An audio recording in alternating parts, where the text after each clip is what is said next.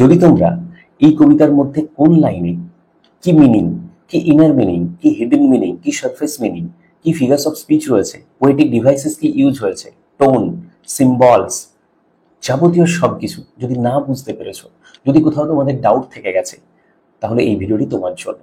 হ্যাঁ, ঠিক তাই। এই ভিডিওতে আমি পার্ট 3 লাইন নাম্বার 16 থেকে আলোচনা করব। লাইন নাম্বার 16 শুরু করার আগে লাইন নাম্বার 15টা একটু রিভাইজ করে নিই। লাইন নাম্বার 15 কি ছিল? Myself not list but honoured of them all. Ulysses কি বলতে চেয়েছেন? ইউলিসিস বলছেন wherever I visited, যেখানে আমি গিয়েছিলাম না কেন, I was honored, I was respected, I was recognized. ওকে, এইটি হচ্ছে 15 নাম্বার লাইনের অর্থ। তারপরে সেই একই আন্ডারটোনে, সেই একই রকম টোন নিয়ে তিনি 16 নাম্বার লাইনও বলে চলেছেন, and drunk delight of battle with my peers, এবং আমি আমার সাথীদের সাথে, সঙ্গীদের সাথে যুদ্ধের আনন্দে মগ্ন হয়েছি। তাহলে তিনি কোন যুদ্ধের কথা বলেছেন? ট্রয়ের যুদ্ধ। কি বলছেন দেখো, ড্রাঙ্ক, ড্রাঙ্ক শব্দটি এখানে অ্যাকচুয়ালি ফিগারেটিভ ওয়েতে ইউজ হয়েছে, মানে ইনটক্সিকেটেড। আচ্ছা, ডিলাইট, ডিলাইট কথার অর্থ হলো ইন্টেন্স জয়, র্যাপচার অথবা প্লেজার। ব্যাটল, ট্রয়ের যুদ্ধের কথা বলা হচ্ছে। পিয়ার্স, পিয়ার্স মানে কম্পেনিয়ন, ফেলো ওয়ারিয়ার্স। তাহলে প্রত্যেকটি লাইনের বা প্রত্যেকটি ওয়ার্ডের মিনিং জানার পর আমাদের এই লাইনটিকে ইন্টারপ্রিট করতে হবে। তিনি তাহলে কি বলতে চেয়েছেন? ইউলিসিস, দেখো ইউলিসিস আর মেনে নিতে পারছেন না। তিনি ওই পেনিলোপের পাশে বসে এই প্রেজেন্ট সিচুয়েশনে, এই মনোটনি, এই বোরাডম তিনি সহ্য করতে পারছেন না। সেই জন্য তিনি অতীতের এক্সপিরিয়েন্স মনে করছেন, and he is recalling his past experiences, okay, with passion, with joy, with vitality. He once felt while fighting side by side with his fellow warriors. যখন তিনি এই ধরনের ভাইটালিটি তিনি ফিল করছিলেন। তাহলে দেখো, battle was not suffering for him, যুদ্ধ তার জন্য সাফারিং নয়, rather battle is a source of joy for Ulysses. ইউলিসিসের জন্য ব্যাটেল একটি সোর্স। তাহলে battle is not suffering but accelerating, rather than এখানে এটা বলা যেতে পারে যে ব্যাটেল একটি সিম্বল। ব্যাটেল কার সিম্বল? ব্যাটেল হচ্ছে চ্যালেঞ্জেস এর সিম্বল, হেরোইক অ্যাকশনের সিম্বল, ব্যাটেল লাইফের স্ট্রাগলের সিম্বল। যে ধরনের লাইফ ইউলিসিস চেয়েছেন, ইউলিসিস এইরকম থাকতে চাননি যেরকম তিনি প্রেজেন্ট সিচুয়েশনে রয়েছেন, সেই জন্য তিনি এই কথাগুলি বলেছেন। আবার এই লাইনটির মধ্যে আমরা ভিক্টোরিয়ান ভ্যালুজ দেখতে পাবো। টেনিসন সেই ভিক্টোরিয়ান ভ্যালুজ গুলোকে এখানে রিফ্লেক্ট করেছেন। কেমন করে? তিনি বলতে চেয়েছেন, দেখো Victorian values, what are the values, কোন কোন ভ্যালুজের কথা বলছেন? হিরোইজম, ম্যাসকুলিনিটি, ডাইনামিক লিভিং, এইগুলোর জন্য এই লাইনের মধ্যে ফুটে উঠেছে। তাহলে দেখো, এই যে পিয়ার্স, পিয়ার্স কথাটির অর্থটা কি? পিয়ার্স কথার অর্থ হচ্ছে ফেলো ওয়ারিয়ার্স, কিন্তু পিয়ার্স এখানে একটি সিম্বল। কার সিম্বল? পিয়ার্স এই শব্দটি কার সিম্বল বহন করছে? Shared ideology. তাহলে ইউলিসিস বলতে চেয়েছেন, আমার মতো আইডিওলজি আমার ফেলো ওয়ারিয়ার্সদেরও ছিল, তা আমি যেমনটি ভেবেছি তারাও ঠিক একই রকম ভেবেছে। দেখো, এই ধরনের আন্ডারটোন আমরা, এই ধরনের রেনফোর্সমেন্ট আমরা আগের লাইনেও পেয়েছি, যেখানে তিনি বলেছিলেন suffered greatly, okay, enjoyed greatly, both with those who love me, যা তাদের সাথে যারা আমাকে ভালোবেসেছে। তাহলে তারা ইউলিসিসকে ভালোবেসেছে, ইউলিসিসকে লিডারের মতো বা মানে ইউলিসিসকে ফলো করেছেন। তাহলে ধরে নিতে হয় যে ইউলিসিসের টেম্পারামেন্ট, ইউলিসিসের মাইন্ড সেট আপ ঠিক তাদেরই মতো, বা তাদের মাইন্ড সেট আপ ইউলিসিসেরই মতো। সেই জন্য এখানে বলেছেন ফেলো ওয়ারিয়ার্স। তাহলে এই জায়গায় এই যে দেখো ড্রাঙ্ক ডিলাইট, এইটার মানেটা কি? মানে যেন as if it is a symbol of being overwhelmed by purpose and action. Okay, তাহলে দেখো এই লাইনটি নস্টালজিক টোন এই লাইনের মধ্যে রয়েছে, এই লাইনের মধ্যে একটা সেলিব্রেটরি টোন রয়েছে, এর মধ্যে একটা হিরোইক টোন রয়েছে। এই লাইনটি তিনি কেন বলেছেন? তিনি মনে করতে চাইছেন তার অতীতের গ্লোরি এবং বর্তমানের তার এই যে মনোটনি, দুটোকে তিনি কন্ট্রাস্ট করে দেখিয়েছেন এই লাইনের মধ্যে। ওকে, চলো এগোনো যাক। দেখো এই লাইন, এই লাইনের মধ্যে তুমি ফিগার্স অফ স্পিচ খুঁজে পাবে। ইয়েস, এই লাইনের মধ্যে মেটাফর লুকিয়ে রয়েছে, ড্রাঙ্ক ডিলাইট অফ ব্যাটল। এইটা কেন? এখন দেখো, ড্রাঙ্ক শব্দটি বা ড্রিঙ্ক শব্দটি আমরা কখন ব্যবহার করি? ধরো কেউ ওয়াইন পান করছে, তাহলে ওয়াইনের প্রতি সে ইনটক্সিকেটেড, কিন্তু এখানে ধরে নিতে হবে ইউলিসিস যেন কি বলতে চেয়েছেন, দেখো যেন তার সেই ব্যাটেলটা তার জন্য, বা এই হিরোইক লাইফটা বা এই স্ট্রাগলটা, এই হিরোইক অ্যাকশনটা যেন তার জন্য একটা ইনটক্সিকেশন। তাহলে এই যে ড্রাঙ্ক ডিলাইট, এই লাইনটির মধ্যে একটা মেটাফরিক্যাল ওয়ে, বা তুমি মেটাফরিক্যাল এটাকে ইন্টারপ্রিট করতে পারো বা কনভার্ট করতে পারো। দেখো, drunk delight of battle. Drunk delight, the phrase actually refers to Ulysses's emotional exhilaration. So we can say that the phrase drunk delight of battle compares his emotional exhilaration to intoxication. এটা আমরা বলতেই পারি, এই সেন্সে এখানে metaphor রয়েছে। আবার এই লাইনের মধ্যে আমরা ড্রাঙ্ক ডিলাইট, এখানে রিপিটেশন অফ ডি সাউন্ড, তার মানে এখানে অ্যালিটারেশন লুকিয়ে রয়েছে। So read the next line, line number 17. Far on the ringing plains of windy Troy. তার আগের লাইনে তিনি বললেন যে drunk delight of battle with my peers, কোথায়? Far on the ringing plains of windy Troy. তার মানে দূরের সেইখানে যেখানে ট্রয়ের ধ্বনিময় সমতল ছিল, সেইখানে আমি এইগুলো এইরকম ভাবে এনজয় করেছিলাম, বা এইভাবে হিরোইক অ্যাকশন লিড করেছিলাম, বা এইভাবেই আমি বেঁচেছিলাম। তিনি এই কথাটি বলছেন। এখন প্রশ্নটা হচ্ছে কেন তিনি ফা শব্দটি ব্যবহার করলেন? দেখো লিটারালি ফা কথার মানে কি? একটা গ্রেট ডিস্টেন্স। তাহলে এই শব্দটি ব্যবহার করার পেছনে দুটি কারণ থাকতে পারে। প্রথম কারণটি যেটি হলো, সত্যি তো তিনি এখন ইথাকাতে বসে রয়েছেন, স্বাভাবিকভাবে ইথাকা থেকে ট্রয় অনেকটা দূরে, তো সেই জন্য বলেছেন ফা, এই সেন্সে লিটারালি। আরেকটা ফিগারেটিভ মানে, সেটা হচ্ছে তিনি যেন বলছেন বর্তমান জীবন তার ভালো লাগছে না, এরকম স্ট্যাগনেন্ট লাইফ লিড করতে তিনি একদমই মানে পাচ্ছেন না, মেনে নিতে পারছেন না। তো স্বাভাবিকভাবেই সেই জীবনটা, সেই গ্লোরিয়াস লাইফটা, সেই লাইফ অফ অ্যাকশনটা তার কাছে যেন অনেকটা দূরের অ্যাকশনগুলো এখন মনে হচ্ছে। তো তিনি যেন তুলনা করছেন যে এখনের থেকে সেটি অনেক দূরের। তো সেই সেন্সে আমরা ফা ধরতেই পারি। Okay, far the ringing plains of windy Troy. Now Troy, Troy বলতে the ancient city in Anatolia, যেটা বলা যেতেই পারে মডার্ন ডে টার্কি যেখানে, সেইখানে ছিল। ট্রয় বলতে ট্রয়ের যুদ্ধের কথা বলা হচ্ছে এখানে, মিথোলজিক্যাল ওয়ার। তাহলে দেখো ট্রয় বলতে মিটোনিমি এখানে ব্যবহার করা হয়েছে, Troy stands for the Trojan war. তো এই যে ট্রয়, ট্রয় মিথোলজিক্যাল কোন যুদ্ধ? যেখানে তোমরা জানো আশা করি হেলেন, প্যারিস, অ্যাকিলেস, হেক্টর, এনাদের সব রেফারেন্স রয়েছে। তো তিনি বলছেন সেই রকম ট্রয়, সেই রকম জায়গাতে যুদ্ধ করার সময় তিনি শুনতে পেয়েছিলেন, তিনি যেন সেই রকম জায়গায় প্রতিধ্বনিত হচ্ছিল, শুনতে পাচ্ছিলেন রিঙ্গিং প্লেন্স। কি শুনতে পাচ্ছেন? কেন রিঙ্গিং প্লেন্স? না, ওই যে আর্মার, ওই যে উইপন্স, তার সেই ক্ল্যামারাস সাউন্ডস যেন সেই জায়গাতে প্রতিধ্বনিত হচ্ছে, ইকোড হচ্ছিল, তিনি সেগুলো শুনতে পেয়েছেন। এবং সেইখানেই তিনি যেন পান করেছেন, কি পান করেছেন? Delight of battle. আর উইন্ডি ট্রয়, কেন উইন্ডি ট্রয়? ধরে নিতে হয় যে ট্রয়ের যেখানে প্লেন ছিল সেই জায়গাতে স্টর্মি ওয়েদার ছিল সেই সময়, সেই জন্য তিনি বলেছেন উইন্ডি ট্রয়। এই সেন্সে হতে পারে, বা এটাকে ইউনিভার্সালাইজও করতে পারো যে সেখানে স্টর্মি ওয়েদার বা ঝোড়ো বাতাস বয়ে যায়, এইরকমও তুমি ভাবতে পারো। তো দেখো এই হচ্ছে আক্ষরিক মানে। অন্তর্নিহিত মানেগুলো কি তাহলে ধরে নিতে হবে। দেখো তাহলে Ulysses has portrayed the vivid setting of Troy's battlefield. কেন? কেন?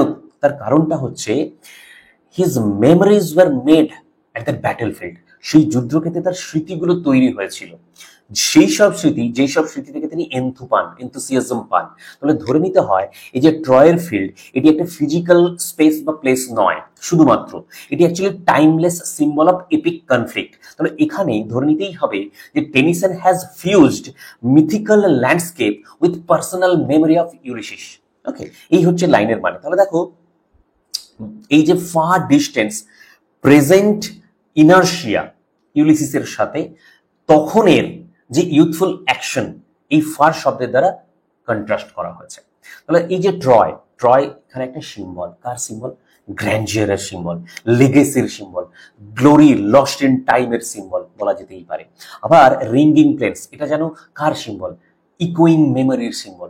সেখানে দাঁড়িয়ে তিনি এই ইকোড হচ্ছিল, শব্দগুলো তিনি শুনতে পেয়েছেন, সেই স্মৃতি যেন বর্তমানে ইউলিসিসের মস্তিষ্কে ইকোড হচ্ছে, সেই ইকোয়িং মেমোরির সিম্বল তাহলে রিঙ্গিং প্লেন্স। আবার এই যে উইন্ডি ট্রয়, তাহলে উইন্ডি ট্রয় একটি সিম্বল, কিসের সিম্বল? না, ধরে নিতে হবে ever changing course of action, তার সিম্বল। ওকে, তাহলে দেখো এই যে লাইনটি, এই লাইনের মধ্যে অবশ্যই আমরা একটা ভিজুয়াল ইমেজারি পাচ্ছি, একটা অডিটরি ইমেজারি পাচ্ছি। কেন? এই যে ringing plains of windy Troy. Okay, আর আমি তো একটু আগেই বললাম যে Troy মিটোনিমি।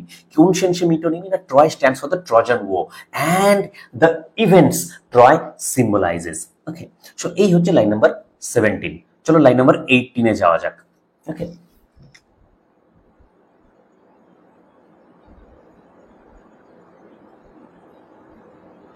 Line number 18, I am a part of all that I have met. Yes, তাহলে কি বলেছেন দেখো, I am a part of all that I have met. অর্থাৎ তিনি ইউলিসিস কি বলতে চাইছেন? আমি আজকে আমি কে? আমি আমার এক্সপিরিয়েন্সের ফলস্বরূপ। তার মানেটা কি? তিনি বলতে চাইছেন আমি যা দেখেছি, ক্লাইমেটস, ম্যানার্স, কাউন্সিল, সিটিজ, এনভায়রনমেন্ট, যা যা দেখেছি, যেখানে যেখানে ভ্রমণ করেছি, আমি তাদেরই অংশ মাত্র। তার মানে আমি যা কিছু দেখেছি, যা কিছু এক্সপিরিয়েন্স করেছি, আমি তাদের অংশ। I am a part of all that I have met. তাহলে আই এম আ পার্ট মানে আমার আইডেন্টিটি যেন সেট হয়েছে, রিফর্মড হয়েছে কার দ্বারা? আমার এক্সপিরিয়েন্সের দ্বারা। I am a part of all বলতে all experiences, people, places he has encountered. এই কথাটির মানে এটিই তাহলে, I am a part of all that I have met. তাহলে ইউলিসিস কি বলতে চেয়েছেন? ইউলিসিস বলতে চেয়েছেন, Ulysses actually is acknowledging, appreciating, তিনি অ্যাকনলেজ করছেন, তিনি কনফেসিং, মেনে নিচ্ছেন, তিনি অ্যাসার্ট করছেন, বলছেন যে আমার my soul has absorbed, my soul has been transformed by every experience I have gathered in the past.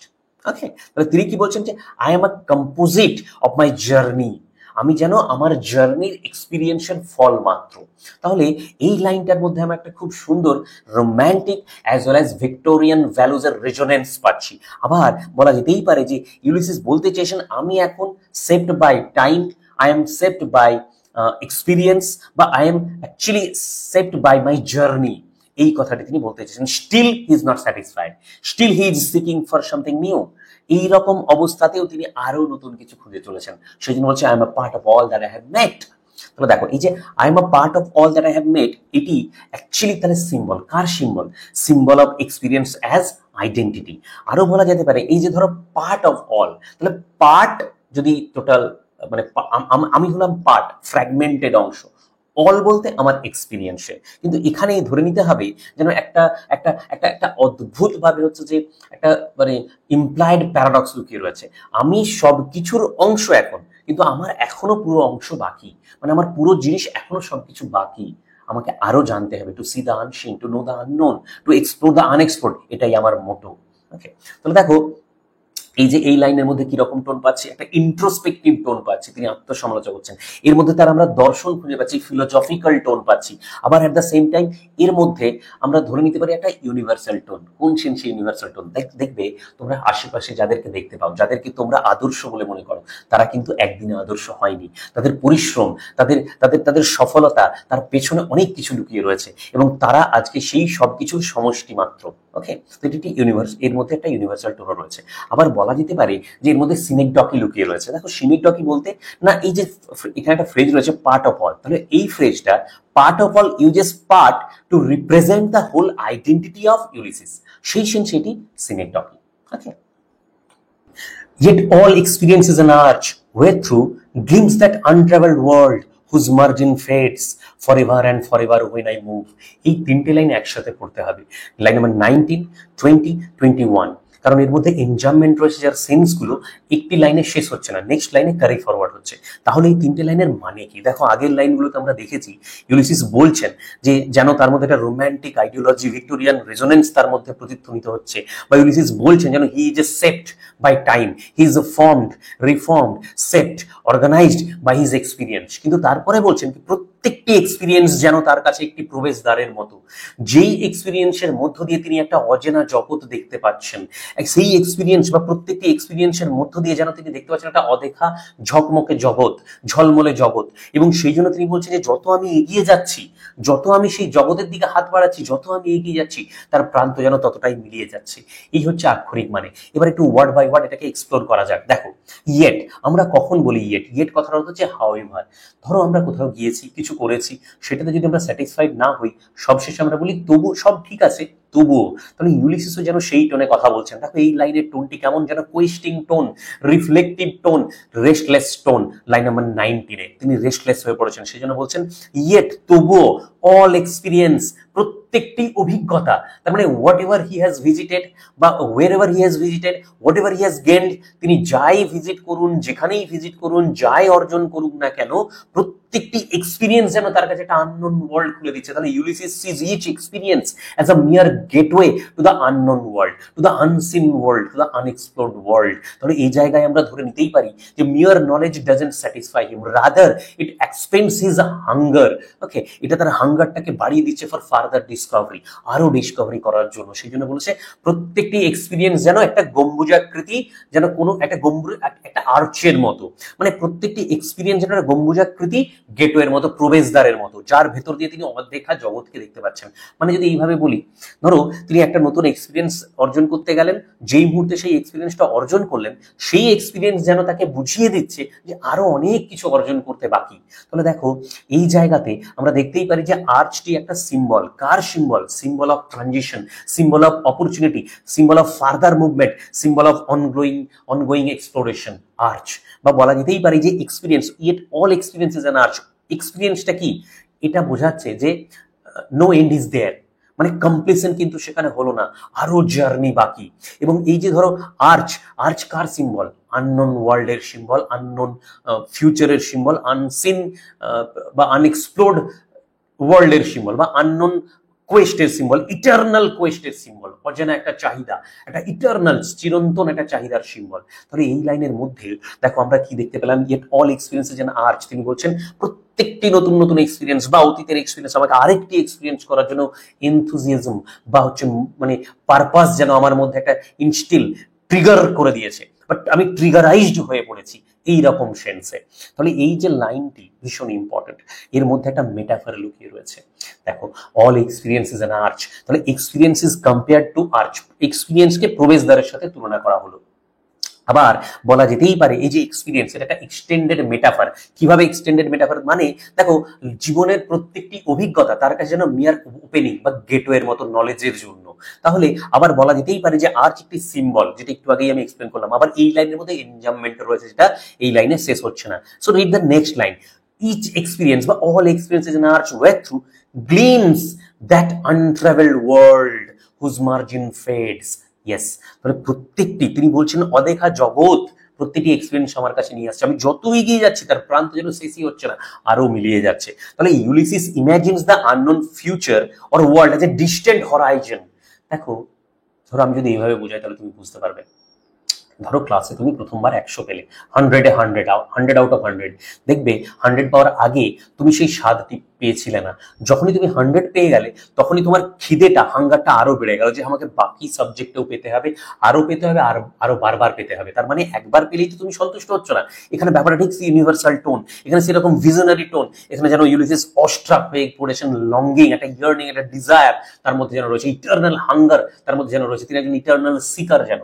Okay, তাহলে সেই জন্য তিনি বলছেন যে দেখো তাহলে the unknown world, the unseen world বা আনএক্সপ্লোর্ড ওয়ার্ল্ড, এই ধরনের ওয়ার্ল্ড কি করছে? The unexplored world beckons eternally. যেমন জানো তিনি এখানে আরেকটা জিনিস আমরা বুঝতে পারি বা বলতে পারি যে এই ওয়ার্ল্ডটা এমন একটা ওয়ার্ল্ড যেটি ইউলিসিস জানেন যে ইট ইজ নট অ্যাটেনেবল বা it is never fully reachable, yet তবুও হি ইজ নট স্যাটিসফাইড, তবুও যেন তিনি এগিয়ে চলেছেন কনস্ট্যান্টলি, যেন কনস্ট্যান্টলি একই চিন্তা তার মধ্যে রয়েছে। তিনি যেন পারসুয়েশনের মধ্যে দিয়ে বা যেন ইটার্নাল সিকার যেন হয়ে গেছেন, তিনি আরো চাইছেন, আরো চাইছেন। সো এই হচ্ছে তার স্পিরিট, এই হচ্ছে রেনেসাঁ স্পিরিট। তিনি এই যে দেখো গ্লিমস, এটি সিম্বল, কার symbol? Symbol of hope, symbol of curiosity, symbol of aspiration বা গ্লিমস দ্যাট আনট্রাভেলড ওয়ার্ল্ড। এই আনট্রাভেলড ওয়ার্ল্ড এটিও একটি সিম্বল, সেলফ ডিসকভারির সিম্বল, নলেজের সিম্বল, ইটার্নিটির সিম্বল। এবং ধরো এই যে মার্জিন, মার্জিন মানে কি? একটা ইলিউসিভ সিম্বল। মানেটা কি? মানে আলটিমেট আন্ডারস্ট্যান্ডিং, রিয়েলাইজেশন এর সিম্বল। যেন ইউলিসিস বুঝতে পেরেছেন দের ইজ নো এন্ড, এর কোনো এন্ড নেই। তাহলে এই জায়গাতে আমরা বলতেই পারি যে দিস লাইন বা আগের দুটো line, this lines capture the core of Ulysses বা this lines capture the core of ইউলিসিসের বিলিফ, ইউলিসিসের ক্যারেক্টার। লাইন নাম্বার 20 ভীষণ ইম্পর্টেন্ট। কেন? কারণ it mirrors Tennyson's own spiritual and philosophical struggle as well. How? আমরা জানি টেনিসন কখন এই কবিতাটি লিখেছিলেন। এই কবিতাটি তিনি লিখেছিলেন যখন তার বন্ধু আর্থার হেনরি হালাম মারা যান। তাহলে তিনি ধরে নিতেই পারি আমরা যে তিনি তার নিজস্ব ফিলোসফিক্যাল স্ট্রাগল, স্পিরিচুয়াল স্ট্রাগলও এই কবিতার মাধ্যমে রিফ্লেক্ট করার চেষ্টা করেছেন বা রিফ্লেক্ট করেছেন। আবার এই লাইনটি কেন ইম্পর্টেন্ট? এই লাইনটি এই জন্য ইম্পর্টেন্ট কারণ এর মধ্যে কিছু ডিভাইসেস রয়েছে। দেখো আমরা ধরে নিতেই পারি যে এর মধ্যে একটা ভিজুয়াল ইমেজ রয়েছে। এই যে আনট্রাভেলড ওয়ার্ল্ড হুজ মার্জিন ফেডস, অবশ্যই এর মধ্যে একটা ভিজুয়াল ইমেজ রয়েছে। আবার এই লাইনের মধ্যে একটা প্যারাডক্স লুকিয়ে রয়েছে। দেখো প্যারাডক্সটা কি? দুটো বলা যেতেই পারে যে একটা কন্ট্রাডিকশন এর মধ্যে রয়েছে, এবং সেটা আমাদের কাছে কখনো না কখনো শকিং, বাট এর মধ্যে একটা আন্ডারলাইন মিনিংও রয়েছে। তাহলে প্যারাডক্স এখানে আমরা কি দেখতে পাচ্ছি? যেন the Horizon রিসিডস as Ulysses advances. যত ইউলিসিস নলেজের জন্য এগিয়ে যাচ্ছেন তত এন্ডিং যেন পিছিয়ে যাচ্ছে, এই সেন্সে প্যারাডক্স। তাহলে লাইন নাম্বার 20 খুব important. So let's move towards line number 21। Line number 21 কি বলছে? For ever and for ever when I move. তাহলে আমি যতই এগিয়ে যাচ্ছি ততই তার সীমানা যেন পিছিয়ে যাচ্ছে। তাহলে যে for ever and for ever, এটা ইটারনাল, এটা ইটারনাল, এটা এন্ডলেস। এবং হোয়েন আই মুভ বলতে as I proceed, as I advance, যত আমি এগিয়ে যাচ্ছি তত পিছিয়ে যাচ্ছে। তাহলে এই লাইনটির অর্থটা কি? এই লাইনের অর্থ ঠিক আগের লাইনের মতো। তিনি বলতে চাইছেন যে progress never grants arrival. Yes, তাহলে মানে এই লাইনের দ্বারা আমরা এটা বুঝতে পারছি যে ইট রিভিলস মোর আননোন, আরো বেশি আননোন। যত জানছি তত এটা বুঝতে পারছি যে আরো অনেক জানতে বাকি। ইউলিসিসের ক্ষেত্রেও তাই। তাহলে এই লাইনের মধ্যে আমরা একটা ইউনিভার্সাল টোন খুঁজে পাচ্ছি। এই লাইনের মধ্যে আমরা অবশ্যই একটা ফিলোজফিক্যাল, মেডিটেটিভ এবং রেস্টলেস টোন খুঁজে পাচ্ছি। So this line is also important. দেখো এই লাইনের মধ্যে আমরা ধরে নিতেই পারি যে একটা এক্সিস্টেন্সিয়াল ডাইলেমা রয়েছে ইউলিসিসের মধ্যে। কেমন করে এক্সিস্টেন্সিয়াল ডাইলেমা রয়েছে? দেখো, বা ডিলেমা রয়েছে। ধরো তিনি জানেন যে ফুলফিলমেন্ট অথবা knowledge is never truly attainable, yet he is not satisfied.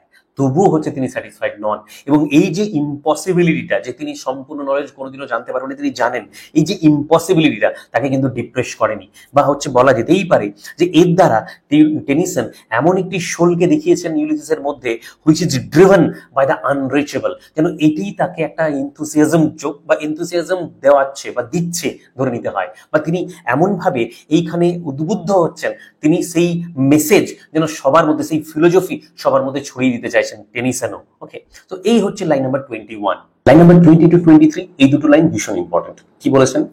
How dull it is to pause, to make an end, to rust unburnished, not to shine in use. ইউলিসিসের জন্য ইউলিসিস বলতে চেয়েছেন যে কোনো কিছু সমাপ্ত করে দেওয়া বা থেমে যাওয়াটা তার কাছে অর্থহীন।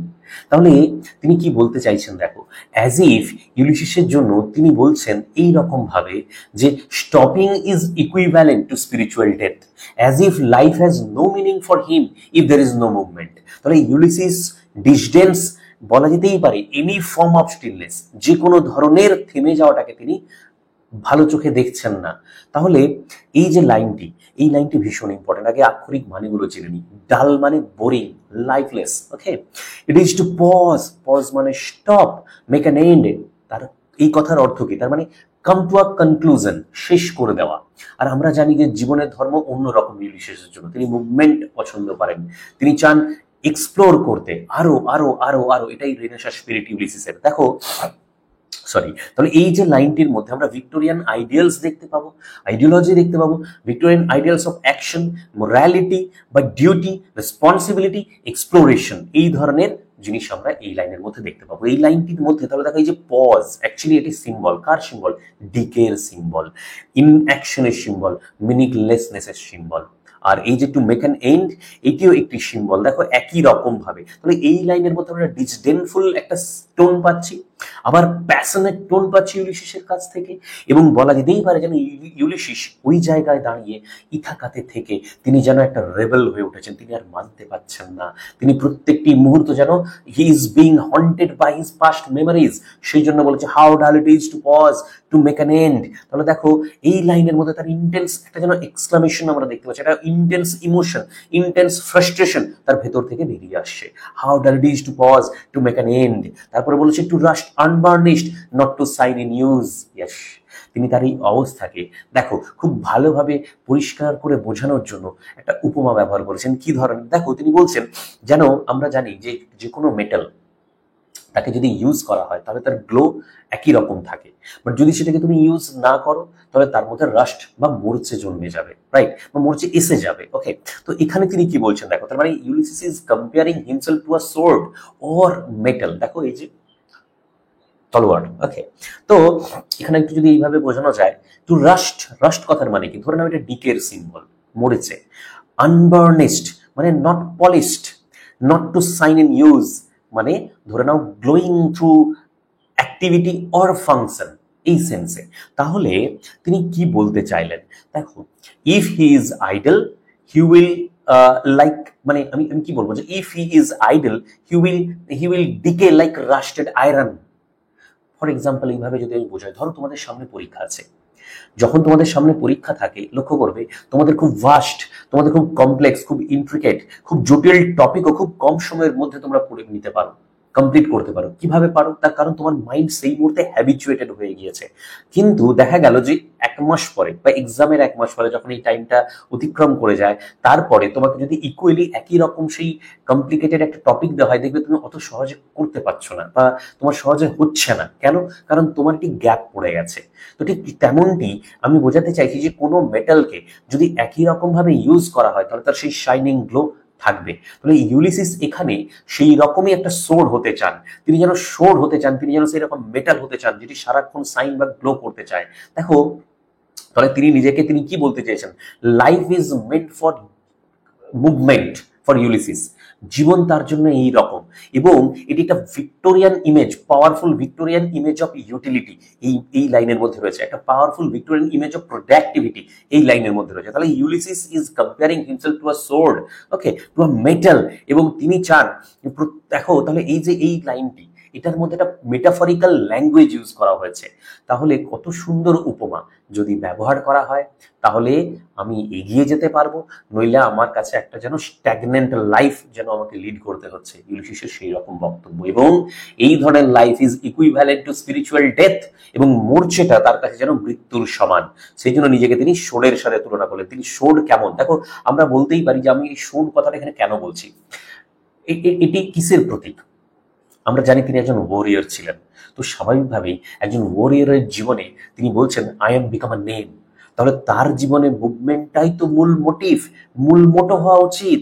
তিনি কি এইরকম স্ট্যাগনেন্ট লাইফ লিড করতে পারেন, না থাকতে পারবেন, না মেনে নিতে পারবেন? সেই জন্য তিনি বলছেন to rust unburnished, not to shine in use. এই লাইনের মধ্যে আমরা বলতেই পারি একটা আর্জেন্ট টোন বা ডিফাইন টোন, একটা ফিয়ার্স টোন, একটা টোন অফ ফ্রাস্ট্রেশন দেখতে পাচ্ছি। এবং এই লাইনের মধ্যে একটা ইউনিভার্সাল নোটও আছে, তোমাদের জন্য, আমাদের জন্য, সবার জন্য। হ্যাঁ সত্যিই তো, আজকে যদি তোমরা নিজেদেরকে এইভাবে ইউজ করতে থাকো তাহলে আরো বেশি তোমার মধ্যে যে পোটেনশিয়ালিটি রয়েছে, তোমার মধ্যে যে ভার্সেটিলিটি রয়েছে, সেটি আরো গ্লো করবে। দেখো তাহলে ইনঅ্যাক্টিভ লাইফ একটা সেই রাস্টিং মেটালের সমান। এখানে ইউলিসিসের বক্তব্য সেই রকম। তাহলে এই যে লাইনটি, দেখো এর মূল মোটো কি? Action is existence.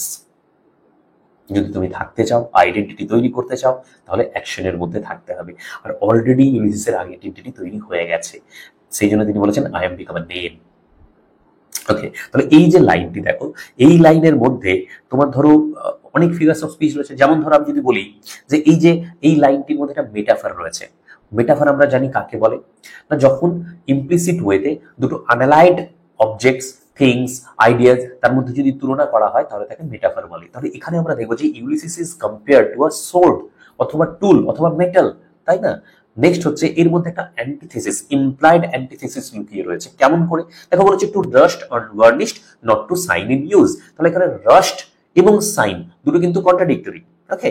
এবং এই যে কন্ট্রাস্ট, এই কন্ট্রাস্টটা রয়েছে বলেই আমি বলছি এর মধ্যে ইমপ্লাইড অ্যান্টিথেসিস রয়েছে। তাহলে এর মধ্যে ধরে নিতে হয় যে আইডলনেস এবং অ্যাক্টিভিটির একটা কন্ট্রাস্ট আছে।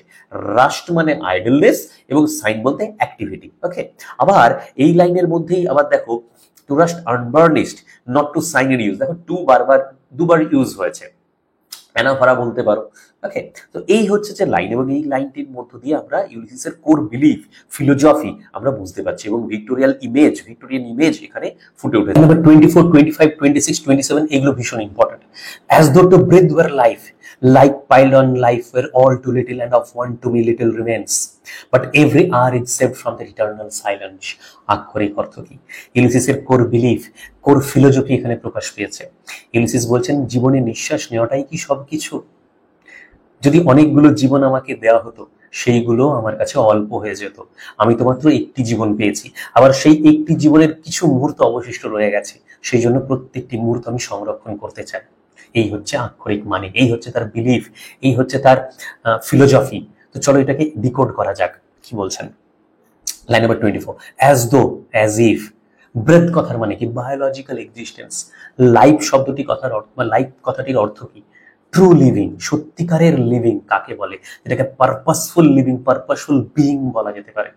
লাইফ পাইলড অন লাইফ, তার মানে মাল্টিপল লাইফস, যেন স্তূপাকৃতি আকারে পরপর পরপর জীবন সাজানো রয়েছে। তিনি কি বলছেন? লাইফ পাইলড অন লাইফ, দেখো we're all too little, we're all too little, too little মানে not enough, and of one to me little remains, তার মধ্যে one to me, very little time is left for me, আমার জন্য খুব অল্প সময় রয়ে গেছে। এই হচ্ছে আক্ষরিক মানে, আমি দু তিনটে একসাথে বোঝাচ্ছি। দেখো তাহলে এবারে একটু মানে ভালো করে এক্সপ্লোর করা যাক হিডেন মিনিংটা কি। তাহলে তিনি বলতে চাইছেন মানে ইউলিসিস এখানে ক্রিটিসাইজ করছেন, হতেই পারে যে টেনিসন ভিক্টোরিয়ান এজের কিছু জনের আইডিওলজিকে ক্রিটিসাইজ করেছেন।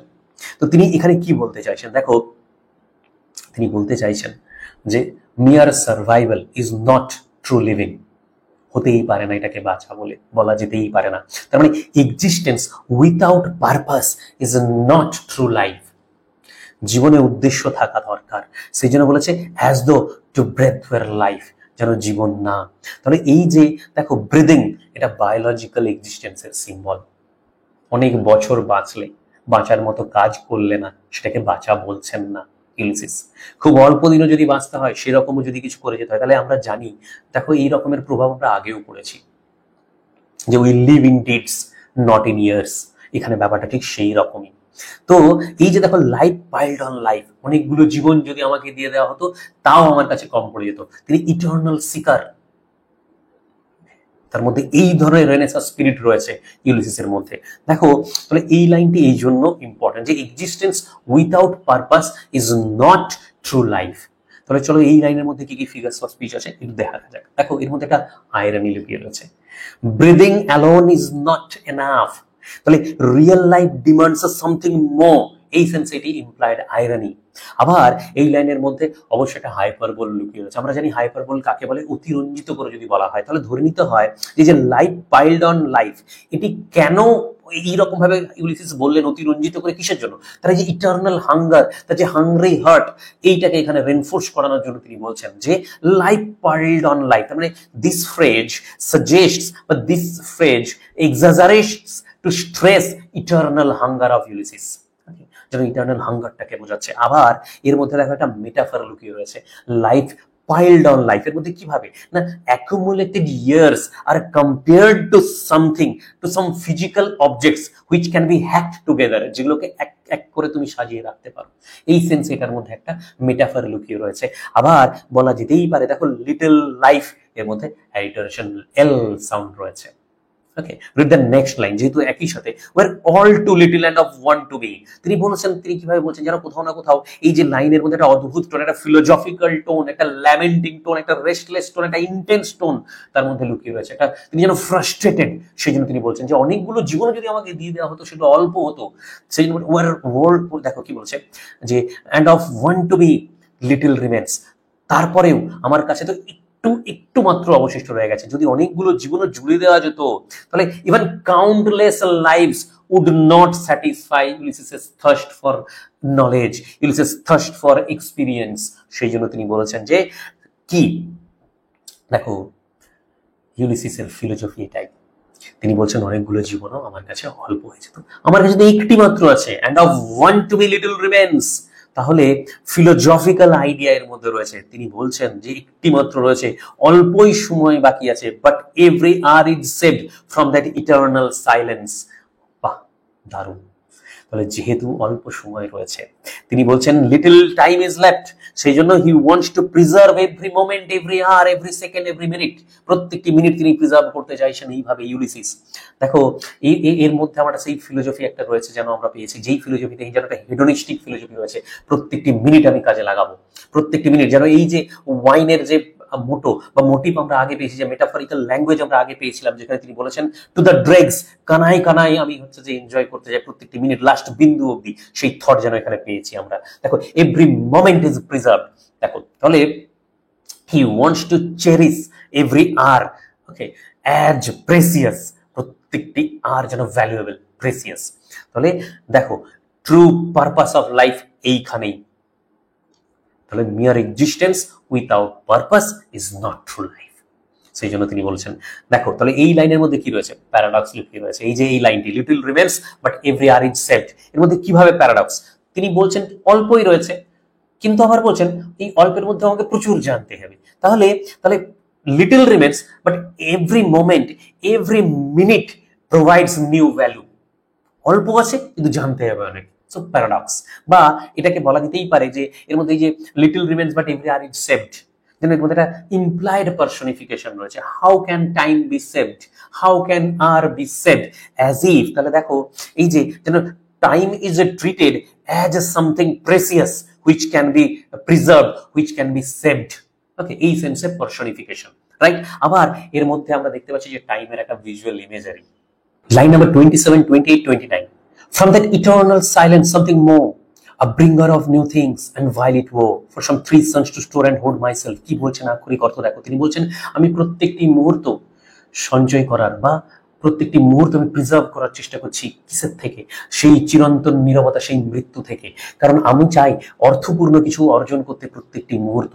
আমি জানি যে প্রত্যেকটি মুহূর্ত আমার কাছে নতুন কিছুর বাহক। এটি আমার কাছে খুব ডিসগ্রেসফুল হবে, খুব জঘন্য, খারাপ হবে, বাজে হবে যদি আমি লাইফে এইভাবে আইডলি লিড করি। কারণ তিনি বলেছেন আমি জানি সাম 3 suns to store and hold myself, অল্প কিছু সময় আমার কাছে রয়ে গেছে নিজেকে জমানোর জন্য, নিজেকে সঞ্চয় করার জন্য। এটি হচ্ছে আক্ষরিক মানে ভীষণ ইম্পর্টেন্ট লাইন। দেখো ফিলোসফি এর মধ্যে লুকিয়ে রয়েছে।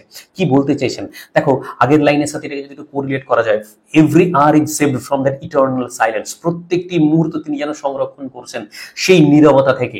ইটার্নাল সাইলেন্স, আমরা জানি, ইউলিসিসও জানেন যে ডেথ ইজ ইনএভিটেবল, মৃত্যু তো আসবেই আসবে, কিন্তু তিনি এটাও বিশ্বাস করছেন। এই কবিতাতেই আমরা দুটো লাইন পাবো, কি বলেছেন? Death clauses all but something or the end, some work of Nobel not May yet be done. মৃত্যু সবকিছু শেষ করে দিতে পারে, কিন্তু মৃত্যুর আগে আরো কিছু হারকিউলিয়ান টাস্ক পারফর্ম করা যেতেই পারে। সেই জন্য তিনি এই কথাটি এখানে বলেছেন। তাহলে তিনি বলছেন that battle is now with time itself, সময়ের সাথে যেন তার যুদ্ধ। তিনি he has reached in his final hours, এবং even in his final hours he seeks to create, to discover or to transcend himself, নিজেকে পরিবর্তন করতে চাইছেন, আরো কিছু অর্জন করতে চাইছেন। এই হচ্ছে ইউলিসিসের ফিলোসফি। দেখো এই ধরনের টোন যে সময়কে হার মানানোর, তিনি বলছেন যে সময় তাকে হার মানাবে অবশ্যই, কিন্তু সময়কে যদি হার মানাতে হয় প্রত্যেকটা মুহূর্ত তার মধ্যে সেই ইটার্নাল হাঙ্গারটা জাগরিত করে রাখতে হবে, এবং সময়কে যদি হার মানাতে হয় প্রত্যেকটা মিনিট তাকে এনজয় করতে হবে, তাকে মুভমেন্টের থ্রু দিয়ে যেতে হবে। দেখো এই ধরনের ফিলোসফি আমরা শেক্সপিয়ারের মধ্যে পেয়েছি, এই ধরনের জিল আমরা অভিডের মধ্যেও পেয়েছি, আরো অনেক অথার্সের মধ্যে পেয়েছি। এই ধরনের জিল আমরা টেনিসনের মধ্যে পাচ্ছি, ওনার সৃষ্টি করা ইউলিসিসের মধ্যেও পাচ্ছি। তাহলে দেখো ইউলিসিস কি বলতে চাইছেন, যে ডেথ তো আসবেই, ডেথ তো আসবেই, তাহলে তাও he wants to steal meaning from the approaching silence of death, তিনি অর্থ পেতে চান। সামথিং মোর, তাহলে এই যে সামথিং মোর কার symbol? Symbol of impact, symbol of legacy, symbol of ক্রিয়েশনের সিম্বল। ওকে, বা বলা যেতে পারে যে এর মধ্যে একটা সোলেম ডিফাইন টোন আমরা খুঁজে পাচ্ছি। আবার এর মধ্যে যে ইটার্নাল সাইলেন্স, এটি খুব সুন্দর একটা ফিগার অফ স্পিচ বা ডিভাইস, যেটাকে ইউফেমিজম বলা হয়। দেখো ইউফেমিজম কথার অর্থ কি? যদি কোনো আনপ্লেজেন্ট রিমার্ক, যদি কোনো হার্স স্টেটমেন্টকে পোলাইট ওয়েতে বলা যায়, সেটা হচ্ছে ইউফেমিজম। তাহলে এখানে ডেথ না বলে বলা হলো ইটার্নাল সাইলেন্স, এই ক্ষেত্রে এটি ইউফেমিজম। আবার এই লাইনের মধ্যে একটি কন্ট্রাস্ট লুকিয়ে রয়েছে, ইমপ্লাইড কন্ট্রাস্ট। যদি সেন্টেন্সটি ভালো করে দেখো তাহলে তুমি বুঝতে পারবে, বলেছে eternal silence something more. Eternal silence কার সিম্বল? ডেথের সিম্বল। সামথিং মোর কার সিম্বল? লাইফের সিম্বল। তাহলে death and life both are contrasted, বা হচ্ছে যে আর ইউজড। ওকে, তাহলে এই কন্ট্রাস্ট আমরা এর মধ্যে দেখতে পাচ্ছি। রিড দ্য নেক্সট লাইন, 28 নম্বর লাইন দেখো, 28 কি বলেছে? Bringer of new things. Bringer of new things মানে ডিসকভারি, ফোর্স, ইম্প্যাক্ট। হ্যাঁ, তিনি বলছেন প্রত্যেকটি মুহূর্ত যেন তার কাছে ব্রিঙ্গার অফ নিউ থিংস, প্রত্যেকটি মুহূর্ত, প্রত্যেকটি আর প্রত্যেকটি মিনিট। সেই জন্য তিনি বলেছেন it would be disgraceful for him to waste life in this way, বা to waste a time in idleness. সেই জন্য পরের ফ্রেজেই তিনি বলেছেন ভাইল ইট ওয়ার, এটা আমার কাছে খুব ডিসগ্রেসফুল হবে, জঘন্য হবে, এই ধরনের লাইফ আমি লিড করি না, এই ধরনের ফিলোসফি আমার নয়। কারণ তিনি আগেই বলেছেন I am become a name, আমি নামে পরিণত হয়েছি। Okay, I can not rest from travel, I will bring life to the lees, এই কথাগুলো তিনি বলেছেন। তাহলে তিনি একটু পরেই তিনি বলতে চাইবেন, দেখো বলবেন two follow knowledge like a sinking star beyond the utmost bound of human thought. এই যে ফিলোসফি, ঠিক আছে, yet all experiences in a harsh but through glimpse that untraveled world whose margin fades forever when I move। এই যে লাইন্সগুলো, এই লাইন্সগুলোর reflection যেন তিনি এই জায়গায় বলেছে, ওই লাইন্সের সাথে এই যে ভাইলিট ওয়ের যেন কোথাও না কোথাও একটা কন্ট্রাস্ট। তিনি বলছেন it would be disgraceful for me to waste time in idleness. Okay, সেই জন্য তিনি বলেছেন। তাহলে দেখো এই জায়গাতে ধরে নিতেই হয় টেনিসন এজিংকে, গ্রোথকে, ওল্ড এজকে কেমন ভাবে দেখিয়েছেন। তিনি বলেছেন যেন still old age hath its honour, সম্মান তার এখনো রয়েছে। ওকে, তাহলে দেখো ব্রিঙ্গার অফ নিউ থিংস, এটা কার symbol? Symbol of creativity, symbol of river, symbol of ইনোভেশনের, সিম্বল অফ ইনোভেশন অবশ্যই। এবং ধরো যদি আমি এইভাবে বলি যে এর টোনটা কি, এর টোন হচ্ছে যে মানে রিপ্রোচফুল টোন, পারপাসফুল টোন, ঠিক আছে, তার উদ্দেশ্য রয়েছে এই লাইনের মধ্যে কিন্তু তোমার ধরো দারুণ মানে বলা যেতেই পারে যে bringer of new things vile it were, একটা কন্ট্রাস্ট রয়েছে। কন্ট্রাস্টটা কেমন? ব্রিঙ্গার অফ নিউ থিংস আর ওদিকে ভাইলেট ওয়ার, অসাধারণ। Read the next line, for some 3 sons to store and hold myself, মাত্র কিছু সময় অবশিষ্ট রয়ে গেছে নিজেকে সঞ্চয় করার এবং নিজেকে মজুত করার জন্য। তাহলে এই যে সঞ্চয় করা, মজুত করা, জমিয়ে রাখা, এই ব্যাপারটা কি চলো একটু দেখা যায়। আচ্ছা, এই ক্ষেত্রে একটু বলে রাখি, এই যে 3 sons, কোনো বইয়ে লেখা আছে 3 sons বলতে 3 days, কোনো জায়গায় লেখা আছে 3 sons বলতে 3 years। তাহলে আমরা কিভাবে ইন্টারপ্রিট করবো? দেখো এটা পোয়েটিক ওয়ে, এটা কাব্যিক ভাষাতে এইভাবে বলা হয়েছে, 3 sons to store and hold myself। সত্যি কি ইউলিসিস জানতেন যে তার 3 sons, সেটা ইয়ার্স হোক বা ডেজ হোক, মান্থস হোক, যাই হোক না কেন, তিনি তো জানতেন না। তিনি সেটা বোঝাতে চাইছেন যে অল্প কিছু সময় আমার মধ্যে অবশিষ্ট রয়ে গেছে, just a few days, okay, to store, to hold myself, তার মানে to preserve, to reserve. Myself মানে কি? আমাকে, আমার স্পিরিটকে, আমার এনার্জি, আমার পোটেনশিয়ালকে। ওকে, তাহলে এই লাইনের অর্থটা কি দেখো, তিনি বলতে চেয়েছেন যে time is short, time is fleeting, and life without purpose is not true living. সেই জন্য তিনি এই কথাটি বলেছেন, মানে inaction for Ulysses is a form of decay. তার কাছে ইনঅ্যাকশনটা ডিকের সমান। সেই জন্য তিনি বলেছেন যে even if he has a brief period of life, যদি তার জন্য সামান্য কিছু সময়ও থেকে থাকে, তিনি পারপাসফুল লাইফ লিড করতে চান, তিনি সেই ধরনের লাইফ লিড করতে চান, এবং তিনি মনে করেন যে সামান্য কিছু দিন অবশিষ্ট আছে বলে যদি তিনি আইডিয়ালি লাইফ লিড করতে থাকেন, তাহলে এটা তার কাছে বিট্রয়েলের সমান, বিশ্বাসঘাতকতার সমান, তার নিজস্ব ক্যারেক্টারের সাথে, তার নিজস্ব স্পিরিটের সাথে বিশ্বাসঘাতকতার সমান, যেটা তিনি করতে পারবেন না। তাহলে এই লাইনের মধ্যে আমরা দেখতে পাচ্ছি যে ভিক্টোরিয়ান ইথোস রিফ্লেক্ট হচ্ছে। কিরকম ইথোস? ইন্ডিউরেন্সের ইথোস, বা বলা যেতে পারে action, morality, moral duty, responsibility, okay, exploration, তার ইথোস এই লাইনের মধ্যে রয়েছে। দেখো তাহলে তিনি he is rejecting the idea of wasting time. এই যে দেখো, আমি যদি এই লাইনটাকে এইভাবে বলি, এর আগের কিছু লাইনস আমরা দেখেছি, সেখানে বলা ছিল যেখানে তিনি থাকার পিপলদেরকে বলছে তারা শুধু ঘুমোতে জানে, খেতে জানে, সঞ্চয় করতে জানে। তাহলে সেই লাইনটি যেন এখানে তার রিফ্লেকশন ঘটছে। তিনি বলছেন ওই স্টোরিং অ্যান্ড হোল্ডিং আমি ওইভাবে ওদের মতো করতে চাই না, আমি চাই মেটাফিজিক্যাল ওয়েতে বা মেটাফরিক্যাল ওয়েতে। কেমন করে? তিনি বলছেন আমার কাছে ভাইলেট ওয়ের, আমার কাছে জীবনটি যদি আমি ওয়েস্ট করি তাহলে সেটা আমার কাছে ঘৃণ্য, কলুষিত জীবন, সেরকম আমি চাই না। আমি তাদের মতো স্টোর এবং হোল্ড করতে চাই না, আমি এই ইথাকার পিপলদের মতো নিজেকে স্টোর হোল্ড করতে চাই না, আমি নিজেকে সমৃদ্ধ করতে চাই অন্য ওয়েতে। কার দ্বারা? By gaining knowledge, okay, to follow knowledge like a sinking star beyond the utmost bound of human thought. দেখো এই লাইনের মধ্যে তাহলে এই যে 3 sons, এটা একটি সিম্বল, কার সিম্বল? ফিউ ডেজের সিম্বল, রিমেনিং টাইমের সিম্বল। আবার ধরো মাইসেলফ কথাটি ব্যবহার করা হয়েছে, মাইসেলফ বলতে কার? তার উইল পাওয়ার, তার আইডেন্টিটি, কারণ তিনি বলছেন I am become a name, আমি নামে পরিণত হয়েছি, এই যে নামের আইডেন্টিটির সিম্বল। তাহলে এর মধ্যে একটা প্যাশনেট টোন রয়েছে, আবার এর মধ্যে একটা মানে কি বলবো স্কর্নফুল টোনও রয়েছে। ওকে, এই লাইনটি ভীষণ ইম্পর্টেন্ট, কারণ এই লাইনের মধ্যে অনেক ফিগার্স অফ স্পিচ লুকিয়ে রয়েছে। যেমন ধরো আমি বলতেই পারি হাইপারবল লুকিয়ে রয়েছে, অতিরঞ্জিত করে বলেছেন তিনি। তার এই যে ইন্টেন্সিটি, তার মাইন্ডসেট, তার ফিলোসফিকে ভালোভাবে মানে জোর করে এমফাসাইজ করে বোঝানোর জন্য তিনি হাইপারবল ব্যবহার করেছেন। সাম 3 sons to store and hold myself, এটি হাইপারবলের উদাহরণ।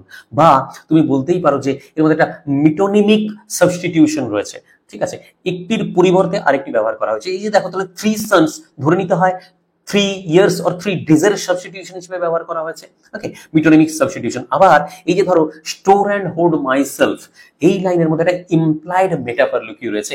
কেমন করে ইমপ্লাইড মেটাফর লুকিয়ে রয়েছে? দেখো তাহলে তার মানে Ulysses has compared himself to something that can be stocked, okay, যেটাকে স্টক করে রাখা যেতে পারে। তাহলে এই হচ্ছে এই লাইনের ফিলোসফি। ওকে, সো লাইন নাম্বার 29 ভীষণ ইম্পর্টেন্ট। এই পর্যন্তই থাক এই ভিডিওতে। নেক্সট পার্টে আমি লাইন নাম্বার 30 থেকে এগিয়ে নিয়ে যাব। নমস্কার। যদি ভালো লাগে অবশ্যই সাবস্ক্রাইব করুন, আর অবশ্যই সাবস্ক্রাইব করো, কমেন্ট করো, ফলো করো এবং শেয়ার করো। যদি কিছু জানার থাকে, যদি কিছু বলার থাকে, কমেন্ট সেকশনে অবশ্যই বলো।